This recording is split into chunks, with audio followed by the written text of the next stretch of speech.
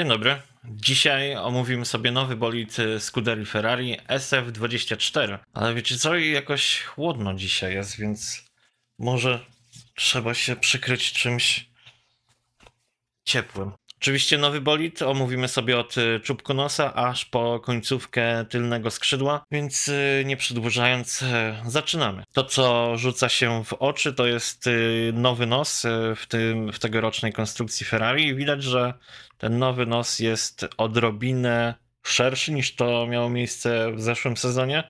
Ta dodatkowa szerokość nosa w tym sezonie może sugerować, że Ferrari miało jakieś problemy z testami zderzeniowymi, a może też to być jakaś próba wybalansowania docisku na przedniej i tylnej osi, bo przez to, że mamy szerszy nos, no to odrobinkę tego docisku więcej tam się będzie tworzyło, ale przez to, że sama końcówka nosa nie łączy się z pierwszym płatem, tylko łączy się tylko z drugim płatem przedniego skrzydła i tutaj mamy możliwość, aby to powietrze wleciało sobie pod nos, to Ferrari prawdopodobnie nie naraża się aż tak mocno na wygenerowanie jakichś dużych strat aerodynamicznych i pogorszenie się oporów aerodynamicznych w tej przedniej części. Samo przednie skrzydło, jeśli przeanalizujemy sobie to, jak wyglądają główne płaty, dość mocno przypomina mi zeszłoroczną konstrukcję, jednakże są spore zmiany, które widać już teraz, jeśli chodzi o samą konstrukcję tej końcówki przedniego skrzydła. Z innej perspektywy widać, że płaty,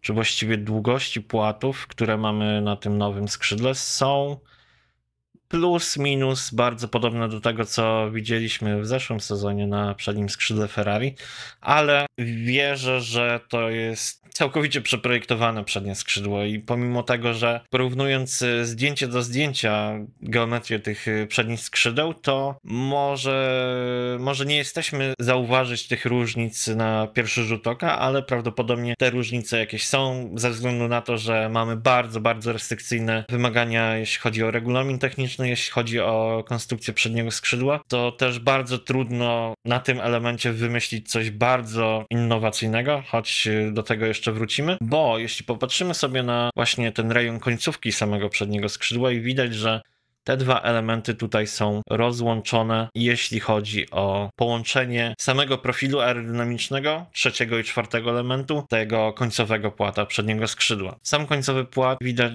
też, że jest dość charakterystycznie wygięty, ale wygięty w sposób przypominający to, co mieliśmy pod koniec zeszłego sezonu, więc tutaj nie nastąpiły jakieś rewolucje. Jest to moim zdaniem taka naturalna ewolucja konstrukcji tego przedniego skrzydła. Widać bardzo charakterystyczne wycięcie tutaj, które ma na celu prawdopodobnie wytworzenie jakiegoś dodatkowego wiru, który gdzieś ma tam pomagać przy upływie strugi wokół przedniego koła po zewnętrznej części tego koła. Podsumowując, przednie skrzydło w SF24 wygląda dość, powiedziałbym, konserwatywnie. Widać, że są tu trendy, które widzieliśmy już zresztą w zeszłym sezonie, ale raczej jest to przynajmniej w tej formie, którą widzieliśmy na tym krótkim shakedownie i na renderach. Jest to konstrukcja dość konserwatywna. Nie znaczy, że nie działa, bo oczywiście to, że ktoś powymyśla sobie jakieś fiu-bździu w geometrii przedniego skrzydła, nie znaczy, że to będzie działało tak, jak powinno działać. Przechodząc do przedniego zawieszenia nowego Ferrari, trudno zauważyć jakieś znaczące zmiany. Widać, że punkty mocowania przedniej nogi górnego wahacza w rejonie monokoku zostały odrobinkę podniesione w górę. Nie jest to bardzo duża różnica, ale jest. Ponownie w tym sezonie mamy zawieszenie w układzie typu pushrod. Tutaj jest ten drążek półszrot. Mamy też wloty do przednich hamulców, które bardzo podobne są do tego, co widzieliśmy w zeszłym sezonie. Tutaj jest ta geometria, więc tutaj też nie ma rewolucji, natomiast jest to kolejny krok optymalizacyjny w celu znalezienia coraz to lepszych i lepszych osiągów. Powiedziałbym, że to dobry krok, bo Ferrari już w zeszłym sezonie bywało bardzo szybkie, więc nie ma co się tak rzucać na jakieś rewolucje, skoro ten układ przy ich konstrukcji aerodynamiki wydaje się działać tak, jakby tego chcieli. Oczywiście skupienie nóg przy monokoku sprawia, że powstają tutaj jakieś straty, które lecą gdzieś dalej w kierunku tyłu bolidu, ale jeśli zwrócimy sobie uwagę tutaj, to widać, że Ferrari te straty, które sobie tutaj z tych połączeń monokoku z nogami lecą bardzo blisko monokoku, łapie w ten charakterystyczny wlot powietrza, taki bardzo pionowy, bardzo wąski. I to jest jedna z rzeczy, którą widzieliśmy już w zeszłym sezonie i Ferrari utrzymuje ten koncept tak zwanego S-ducta po to, żeby czyścić sobie odrobinę to miejsce, żeby te straty, które gdzieś tutaj z nóg sobie polecą dalej w tył, nie trafiały do tego bardzo dużego podcięcia, które mamy w tym nowym bolidzie. Jeśli chodzi o tą środkową część bolidu, czyli to, co mamy tutaj zaszły bardziej radykalne zmiany, bo po pierwsze, mamy inną pozycję tej bocznej struktury zderzeniowej, która znajduje się gdzieś tutaj, jest ukryta pod tym wybrzuszeniem na podłodze. Druga prawdopodobnie znajduje się gdzieś bardzo wysoko tutaj w tym rejonie. I Ferrari zrobiło to po to, oczywiście, żeby umożliwić sobie zaprojektowanie bardzo głębokiego podcięcia, które utworzy ten charakterystyczny tunel dla powietrza, które będzie się przemieszczać do tylnej części bolidu. Bardzo charakterystyczną rzeczą, którą tu widzimy, jest oczywiście też ta dolna warga, bardzo mocno wysunięta w stylu RB19. Tym na pewno się Ferrari inspirowało przy rozwijaniu tego konceptu. Wloty same w sobie są też dość niskie. To, co jeszcze zwraca uwagę wokół kokpitu w tym rejonie, to są lusterka bez tej charakterystycznej owiewki, a także bardzo charakterystyczne owiewki przy halo. I tutaj mamy wylot z tego kanału S, który tutaj powietrze sobie wlatuje, gdzieś idzie tutaj i wylatuje tędy. Ten wylot jest geometrycznie bardzo podobny do tego, co widzieliśmy w zeszłym sezonie, więc to jest rozwinięcie po prostu koncepcji zeszłorocznej. Same sekcje boczne na SF24 są bardzo mocno rozdmuchane w tym sezonie. To jest takie, mam wrażenie, że są bardzo masywne. Oczywiście mamy tą geometrię zjeżdżalni, która jest czymś, co widzieliśmy już w zeszłym sezonie oczywiście, ale nie na bolidach Ferrari, przynajmniej nie w tej wersji. Tutaj mamy małą rewolucję, jeśli chodzi o zespół z Maranello. Sam koncept oczywiście jest bardzo dobrze znany, bo już inne zespoły z niego korzystały w zeszłym sezonie, więc tutaj Scuderia nie odkrywa koła na nowo, tylko wykorzystuje koncepcje, które się po prostu sprawdziły, a których oni sami w zeszłym sezonie nie byli w stanie zaimplementować w swojej konstrukcji ze względu właśnie na ograniczenia, jeśli chodzi o upakowanie elementów mechanicznych pod sekcjami bocznymi i pod pokrywą silnika. Jeśli chodzi o pokrywę silnika, to ona też się zmieniła. Mamy tutaj charakterystyczną geometrię tych kanałów wyrzutowych. W zeszłym sezonie na SF23 ta pokrywa silnika w tylnej części była bardzo mocno ciasno upakowana. Było to całkowicie inne rozwiązanie. Tym razem poszli w kierunku takiego ala Red Bulla, ala Mercedesa trochę, ale to, co jeszcze zwróciło moją uwagę w tym rejonie, to jest to, jak bardzo ciasno upakowany jest ten obszar tutaj przy samej skrzyni biegów. Mam wrażenie, że tam właściwie pokrywa silnika otula tą skrzynię biegów. To też otwiera dodatkowe pole manewru, jeśli chodzi o przepływ powietrza właśnie nad dyfuzorem, wokół dyfuzora, wokół tylnego zawieszenia i wokół tylnego koła, aż do beamwingów i do tylnego skrzydła. Przejdźmy jeszcze na chwilę do przedniego skrzydła, bo tutaj chciałem zwrócić uwagę na kształt tej końcówki przedniego skrzydła, która jest bardzo podobna, może nie identyczna, ale bardzo podobna do tego, co widzieliśmy pod koniec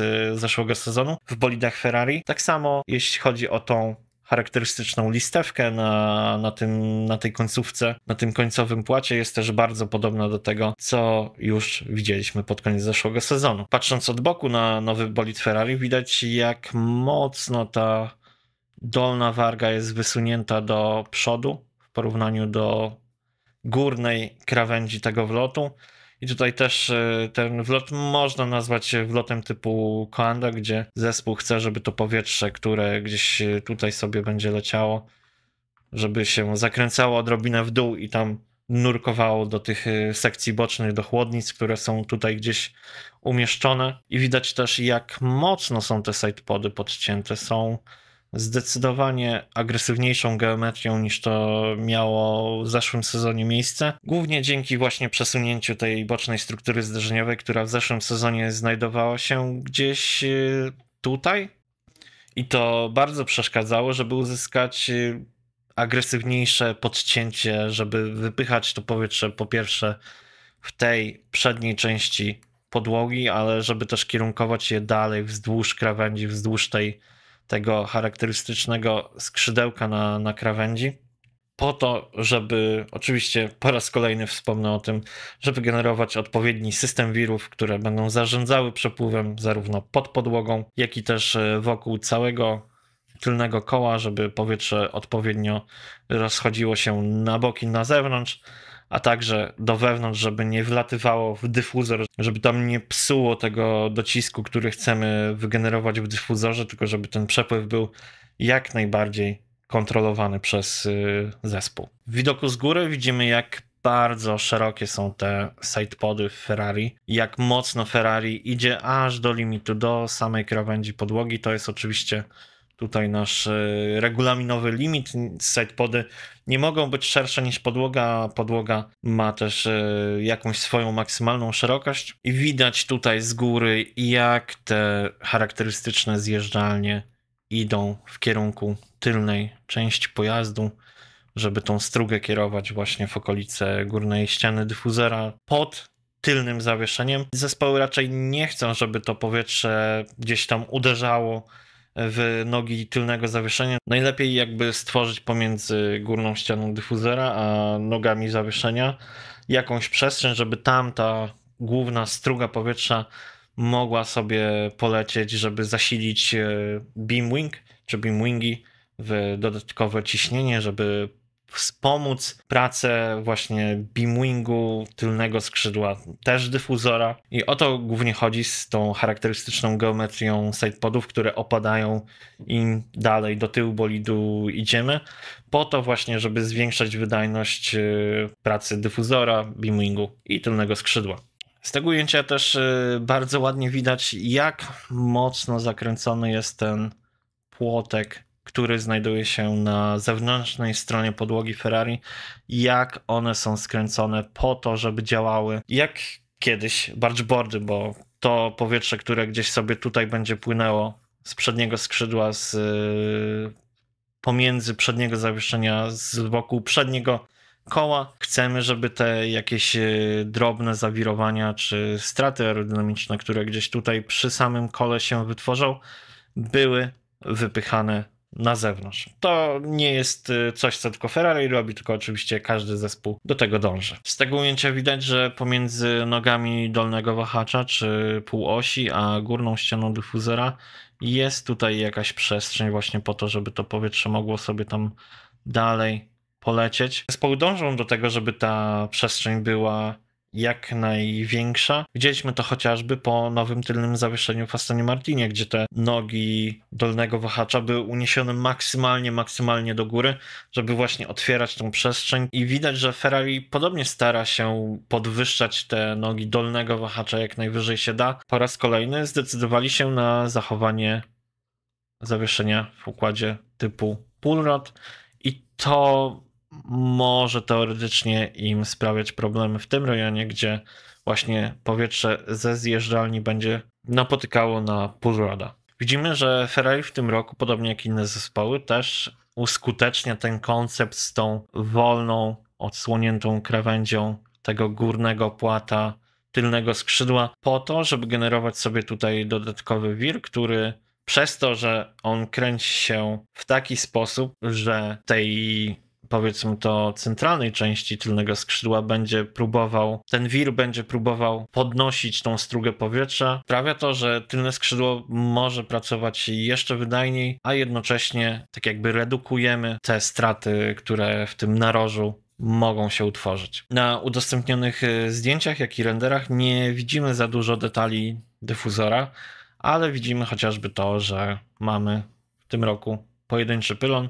Ferrari w zeszłym sezonie startowało z podwójnym pylonem na tylnym skrzydle i tam próbowali wprowadzić tą konstrukcję z pojedynczym pylonem. Tam były bardzo duże problemy, bo ta nowa konstrukcja była bardzo niestabilna i bardzo mocno się kołysała na wszelkich wybojach. Tutaj widać, że Ferrari po tych zeszłorocznych update'ach tego tylnego skrzydła startuje w tym sezonie z nowym tylnym skrzydłem na pojedynczym pylonie.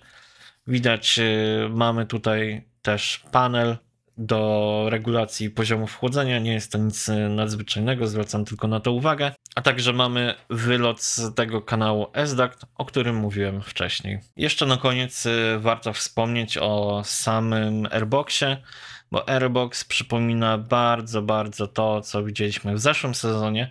A taką dodatkową ciekawostką jest to, że Ferrari podczas tego bardzo krótkiego shakedownu przetestowało dwie różne geometrie pokrywy silnika. To by było wszystko na dzisiaj, jeśli chodzi o nowy bolid Ferrari. I prawdopodobnie wszyscy tifosi zadają sobie to samo pytanie. Czy nowy bolid Ferrari wygląda na szybki?